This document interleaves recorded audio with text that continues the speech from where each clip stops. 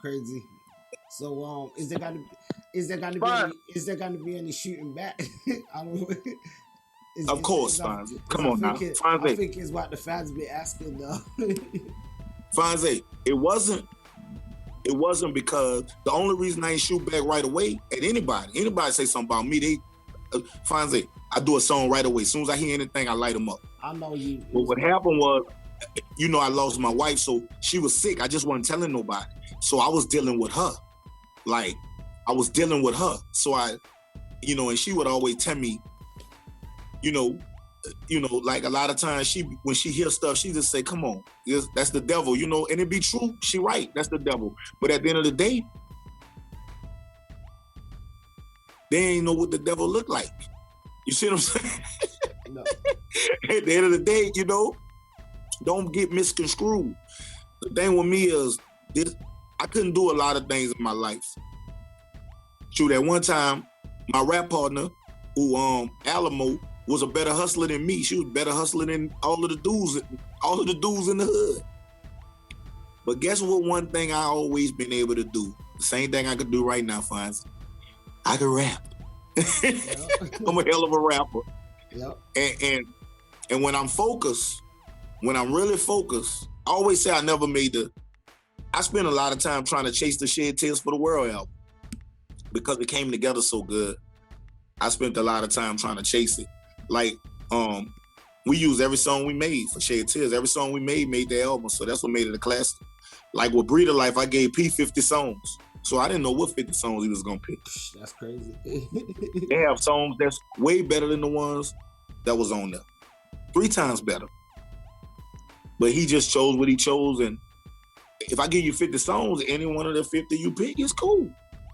All of them is crazy, so whatever you pick is what you pick. I think the only thing we really picked was the intro. Live this breeder life. Me and Los went there and did that, because you had to do a good intro. Yeah. Whatever, make a little fun intro. Los played it like an opera or something, and I went in there and did that. And of course, the Slim song and the C Murder song, of course. Dope. Them was gonna be on there regardless, because you don't get too many opportunities like that, D.I.G. If you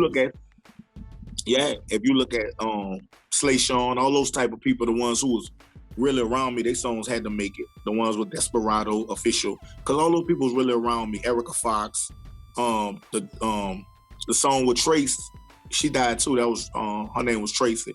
We had a song called Sex and Checks. It's on the internet somewhere, but that was supposed to be on Breeder Life. Niggas want money, I want checks. I want sex. Okay. That's an unreleased song. Yeah, it's on the internet. But that was a Breeder Life song. If we'd did a video for that, we would have did it. Like I say, P. The thing with P is just one man that stretches himself so thin that sometimes, if you stretch yourself, that's like Fonzie with you. You got a bunch of different things going on. Yep. I know. Because people, the thing is, like, let me tell you something. Fonzie, you can go and get $1 million worth of fake money, and everybody see you get it, and you count it on social media, and the people sitting there watching you count $1 million of fake money. And everybody start calling you Fonzie the $1 million rapper. The one who watch you buy the fake money gonna say you ain't looking out for him.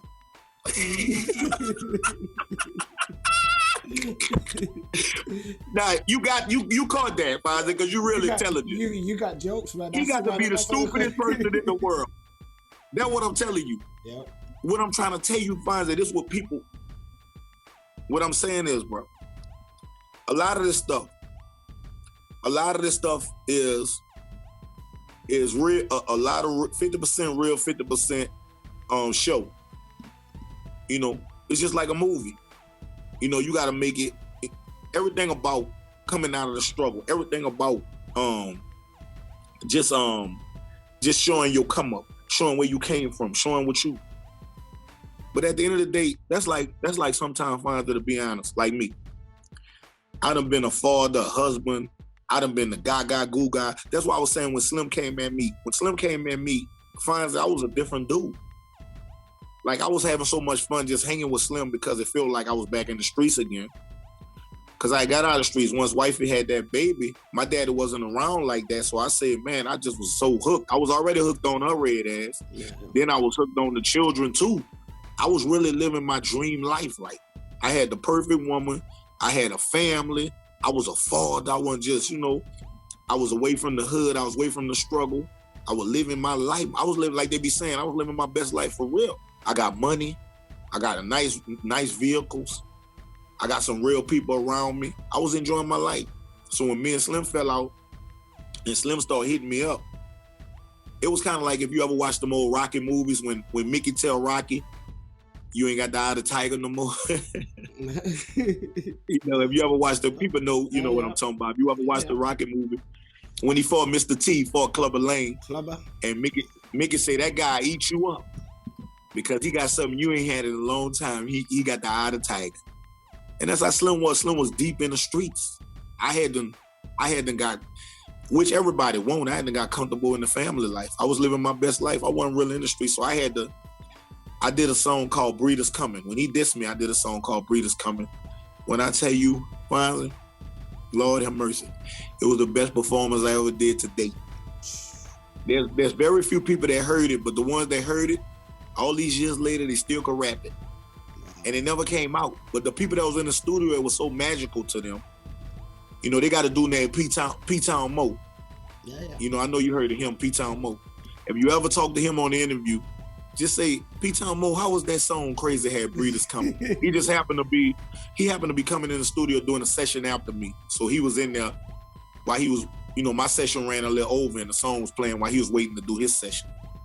And man, when I tell you, I lit fire from Slim. I was hurt that he died, but I was like, God damn, that would have been like my ether. Like Nas had with Jay-Z, fuck, that would have been my ether. Yeah. That would have been my moment in history. Because at the end of the day, this ain't nothing but a challenge. Yeah. It's a rap game to see who, a lyric for lyric. It ain't nothing but some New York shit. It's just people be killing each other because everybody in poverty. And you seeing a person every day. If you seeing a person every day, it's like somebody saying something about you and you see them every day, you gonna punch them in the face. Yeah. When in the hood, if you seeing a person every day, that's what I say. Sometimes your time have to be valuable. You have to limit your space. You can't just let nobody say. To me, when people see you every day, they choose when you get to die. That's how I look at life. When if a person see me every day and know where I'm at all times, I'm on his time. Because whenever he wake up and say, I'm going to put a bullet in Krazy head, I'm going to die that day.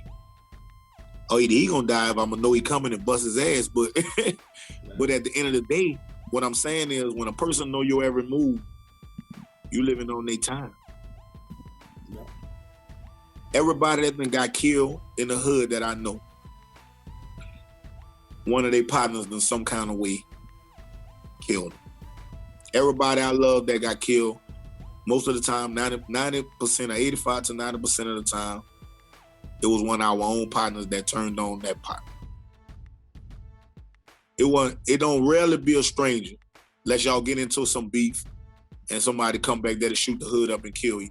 But most of the time, if you hustling with somebody and all of a sudden everybody wake up and you dead, it's your partner. He the only one know your every move. That's why I always limit my movements. When I've been doing it now for years, I learned that from Roderick. Like I said, the only mistake I ever seen him make cost him his life. He was doing too much for that dude, But that was God's plan too, He was doing too much. You had already seen him all them times. Now he waving his hand and you turn out of I'd have just would have kept going. I already took him shopping. I already bought the bar. I'm going home, man. You feel me? Nah, he probably would have caught him another time, but he wouldn't have caught me that night. He might would have caught me again, but he wouldn't have caught me that night. Or somebody might would have got him. God might would have got him out of there before he had a chance to try again. But that's what I'm saying. The first mistake he made, he died. And he made it all the way to surgery. He told the doctor. The doctor said, he told the doctor, he woke up in surgery, told the doctor, Doc, if you save me, I got a bag with $50,000. I'm gonna give it to you as soon as I realize that I made it. The doctor said, man, you don't worry about that. You don't worry about that. That's cheap. You just hold on. Don't worry about that. The doctor told him, shit, this is a surgeon. He already got money. The doctor said, I'm good. He said, but I'm telling you, doc, you saved me. I'm gonna get. The doctor was smiling. Doctor said, man, that dude was yeah. He said, doc, yeah, doc said, you saved me, doc. He said, you saved me, doc, I'm gonna have a bag with $50,000 and give them to you the minute I realize I made it. He said, that's my word, doc. He said, hey, Roderick, you don't worry about that. Let us do our job. We trying to save you. I'm telling you, the doctor said he ain't never had nobody say that to him. That sound like a movie, like something out of a movie right there, man. But it show you, he sound like a good one. Rest in peace, man, Roderick. Yeah. I was gonna say, you mentioned that the breathers are coming, and I know, God bless the dead. It's not something that you're gonna release. I remember though, while we're on the topic, you had a couple of records which to me as a fan sort of stood out at the time, because I was thinking, oh, Krazy kind of snapping. And one of them was Jealousy with Tebow. And I mean, you killed that record, and then you got a dope verse on that, and then you got another one called On the Block, and I think it's on the Us Killing Us album. And you said, I know you got so much record. You said, yeah, I know what you're talking about. You come yeah, that On the Block. That's Ezell did that beat. That was. Oh wait, you might. Yeah, Ezell did that beat. That was a cold. Yep, that was cold, man. Peace, family. Thanks for joining us. Be sure to like, share, and subscribe. And check us out on abouttheonline.com. Also, check us out on Facebook for exclusive listen, new content. And don't forget, as I said, like, share, subscribe. Peace.